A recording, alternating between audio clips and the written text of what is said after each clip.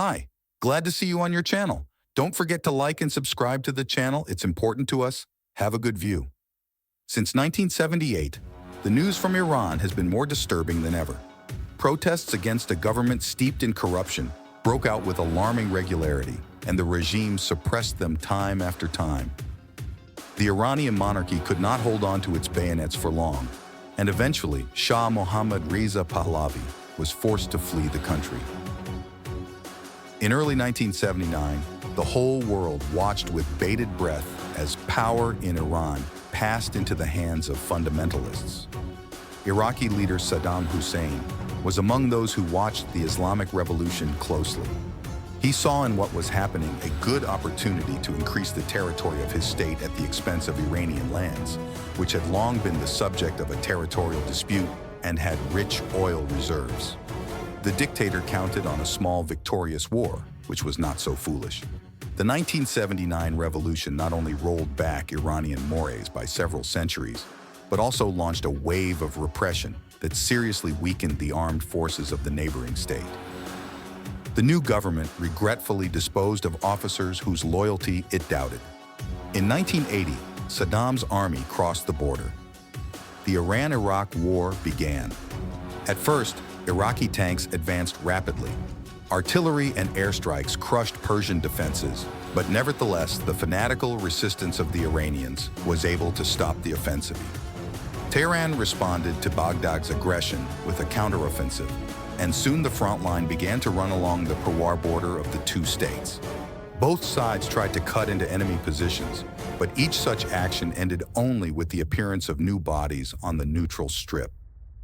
There was no easy ride, as Saddam Hussein wanted. Iraqi and Iranian soldiers began to experience the horrors of positional warfare. Tanker warfare. Both sides believed that if defeating the enemy on the battlefield was impossible, they should approach the problem from the other side and try to undermine the enemy's economy. It is well known that the economies of many Middle Eastern countries are built on the oil trade. Iraq and Iran were not exceptions, so the most effective way to undermine the economic power of the enemy was seen as strikes on tankers carrying black gold. The first attacks on civilian ships in the Persian Gulf date back to 1982, but really serious problems for shipping began 2 years later. Iraq began launching attacks on tankers and dry cargo ships entering Iranian ports. The strikes were carried out with the help of Exocet anti-ship missiles, launched first from helicopters and Super-Étendard fighter bombers leased from France, and then from French Mirage fighters specially modernized for such actions. The attacks on the merchant fleet led to a precipitous drop in Iranian exports. Tehran was not going to sit on the sidelines for long, but its adversary possessed oil pipelines that allowed it to supply energy resources without actively using sea routes. With the outbreak of war, one of the pipelines passing through Iran's ally Syria was cut off, but tankers still remained rare guests in Iraqi ports. So it was ships calling at ports in countries that supported Baghdad that began to suffer from Iranian strikes. Sincere intentions. In 1987, the patience of Kuwait, which was regularly suffering losses due to the ongoing war in the region, ran out. It turned to two great powers at once for help in protecting its tankers, the Soviet Union and the United States. It should be noted that Kuwait was not the main victim of the tanker war. For 2 years only, 7 vessels flying the flag of this country were damaged. Quite often, one can meet the version according to which the main goal of the Arab state was to attract the attention of major world players to the horror taking place in the Middle East, and not at all to protect the merchant fleet. Initially, the Americans met Kuwait's request coolly, but quickly came to their senses when they learned that Moscow had begun to help Kuwait and sent ships to escort convoys. Giving the Soviet Union an opportunity to strengthen its position in the Persian Gulf was the last thing Washington wanted. The Pentagon developed an operation called Earnest Will, Sincere Intentions. In July 1987, the U.S. Navy began to put its leadership's plans into action. The operation to escort the very first convoy did not end very successfully. One of the tankers exploded on an Iranian mine. Previously, mines were not considered a big problem for shipping, but after the arrival of U.S. ships in the Gulf, they became a serious headache. Previously, tankers were defenseless and could be attacked with missiles with impunity.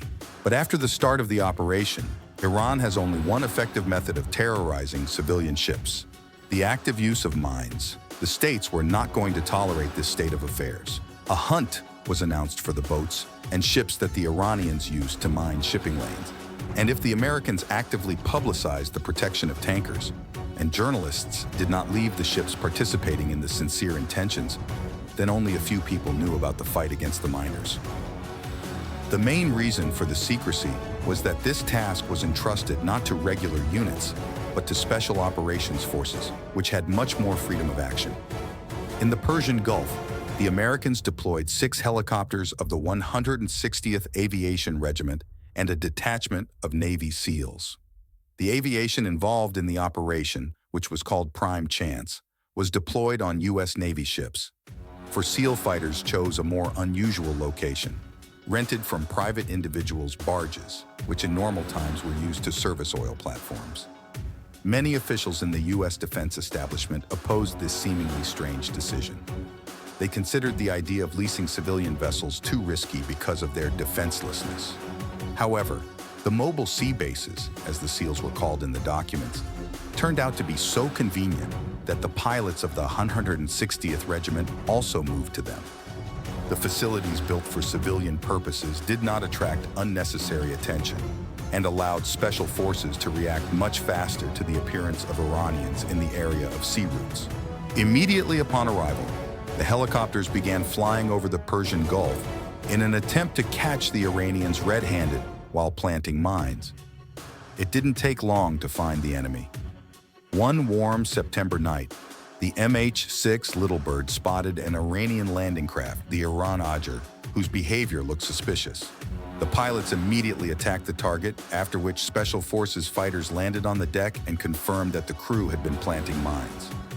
This story could have become one of many episodes of the confrontation in the Persian Gulf if it had not had consequences. On April 14, 1988, the U.S. frigate Samuel B. Roberts. Immediately after the incident, the Americans moved additional forces to the area of the accident, which found several more mines there. The numbers of deadly finds coincided with those mentioned in the documents captured by the SEALs last fall. It became obvious that Iran was behind the damage to the frigate. Although the crew of the Samuel B. Roberts was unhurt, the Americans could not let the attack on their ship go unanswered. The question of retaliation was raised. A lively debate began in the Pentagon. Houthis suggested sinking all Iranian ships going to sea, but in the end, common sense prevailed. 3 oil platforms, which the Islamic Revolutionary Guard Corps used to combat shipping, and one of the Iranian Navy's frigates were targeted for retaliation. The operation was given the name Praying Mantis. Mantis. Unequal adversaries. To teach Iran a lesson, the U.S. Gulf Command formed 3 strike formations: Bravo, Charlie, and Delta. Bravo consisted of 2 Spruance and Charles F. Adams-class destroyers and a landing craft carrying attack helicopters. The Charlie Group boasted a Wainwright cruiser and a pair of frigates. The first belonged to the Oliver Hazard Perry class, the second to the Knox project. The Delta had 2 destroyers of the Spruance and Charles F. Adams projects and a frigate of the Oliver Hazard Perry project. Speaking of the enemy, the Iranian fleet, even before the revolution, was considered the strongest in the Persian Gulf. At one time, Tehran even planned to strengthen its combat capabilities at sea by acquiring an aircraft carrier. After the Islamic Revolution, the Iranian Navy was able to confirm its status and easily defeated the Iraqi Navy. In 1988, Iran possessed 3 destroyers, 4 frigates, 2 corvettes, and a huge number of boats of all kinds. The frigates were relatively new. They had been built specifically to order by the secular regime in the 1960s and transferred to Iran in the early 1970s. The destroyers served under the American and British flags for a long time, after which they were sold to Tehran under the program for the sale of decommissioned weapons. However, it is not worth considering them outright scrap metal, After reaching the Middle East, the ships built in the 1940s were modernized and received new communications equipment, radars, and weapons. As we can see, Iran had a fleet that was not bad for the region, but it could not stand up to the United States, which had a grouping in the Gulf that exceeded the combat capabilities of the entire Iranian fleet. Operation Mantis. On April 18th, all forces involved received the order to begin the operation, and in the pre-dawn gloom, moved to their targets, not yet suspecting that in a few hours they would face the largest battle for the U.S. Navy since World War II. In the morning, the Iranian oil platform Sassen received an unpleasant message. The Bravo had warned the garrison of impending fire and ordered it to abandon the facility. The U.S. Navy had already acted on a similar scenario in the fall of 1987. Then the Iranians safely left the platform, and the ships had no problem shooting the empty positions. This time, however, the IRGC fighters were not going to leave for nothing and decided to fight, because the platform was carrying several Zu-23s, which are obligatory participants in any local war at the end of the 20th century. The Iranians opened fire on the approaching ships, but firing anti-aircraft guns proved to be a futile endeavor. The response was not long in coming. At 6:17 a.m., the IRGC positions were hit by 127mm cannon fire, and the garrison's desire to resist quickly disappeared. The defenders of the platform contacted the Americans and asked for a ceasefire themselves. The leadership of Operation Mantis planned to destroy only the infrastructure. Heavy losses in manpower could only exacerbate the situation and were detrimental, so the attackers agreed to evacuate the troops. The Iranians left the platform in tow, and a pair of U.S. CH-46 helicopters appeared in the air above it and landed Marines on the abandoned positions. 15 minutes after the first shots were fired, Charlie Group became active. The Surrey oil platform, which was the target of the second formation, unlike Sassen, not only served the Iranian military but also continued to fulfill its original function. The bombardment was short-lived. One of the shells hit a gas supply pipe, causing a massive explosion and destroying the platform. The Iranian command remained indifferent for quite a long time and did not give any orders to the aviation and fleet. One of the first to receive orders to engage the American ships was the captain of the Joshan. Armed with 4 Harpoon anti-ship missiles, the boat was returning to the place of deployment after performing another routine task. But a few hours after the delivery of the American ultimatum to the platform garrisons, it changed course and began to approach the Bravo group. Of course, U.S. ships equipped with modern radar immediately detected the Joshan and threatened to destroy it. The U.S. Navy's warnings did not make the boat's crew abandon the original plan. At 10 a.m. GMT, the Iranians fired 1 Harpoon missile at the cruiser Wainwright, the largest ship in the Bravo formation. The Americans' electronic warfare equipment worked perfectly, and the missile fell into the water without hitting its target. After this daring attack, the fate of the Joshan was predetermined. The Americans fired 4 anti-ship missiles at a small target, 3 of which hit the target. The Cayman project boat showed amazing survivability. Its small crew was completely killed, but the Joshan itself remained afloat and did not sink. Immediately after the launch of the Harpoon missile, Iranian command threw another challenge to Bravo, sending a pair of F-4 Phantom fighter bombers to strike the same cruiser. The planes were not destined to reach the target. An anti-aircraft missile fired from Wainwright damaged one of them, after which the pilots decided not to test their fate, changed course, and returned to base. The leadership of Operation Mantis knew that Iran would not forgive the destruction of the oil platforms and the boat, which killed 11 people on board. The U.S. Navy had gone too far, and much human blood had been spilled. Therefore, the command tried to reduce tensions and refused to strike the third oil platform. A black day for Iran. The Iranian Navy's test of strength ended in total failure. But the Persians did not give up and were going to fight back against the American forces once again. The warriors of the Islamic Revolution decided to take revenge with the help of 2 frigates of the Alvan project, the best ships from those that were near the area of clashes. The first of them, the Sahand, reached the area of hostilities in the afternoon. The Americans, after their first encounter with the Iranian fleet, kept their guard up and put their air force in the air. One of the A-6 intruder pairs detected the appearance of the Iranian frigate. Further, according to Pentagon statements, the Sahand attacked bombers flying nearby. The Iranians were unable to harm the planes and only unleashed their weapons on the pilots. In response to anti-aircraft gunfire, an A-6 wing made an approach and dropped several 227-kilo bombs on the frigate. Simultaneously with the bombs, the ship was also hit by a Harpoon missile fired by the destroyer Joseph Strauss of the Charlie Group, which had been preparing to intercept the Iranian reinforcements since the beginning of the operation. Fire instantly engulfed the Sahand. The frigate had virtually no chance of survival. A few hours later, the fire reached the ammunition, and a powerful explosion finished the ship.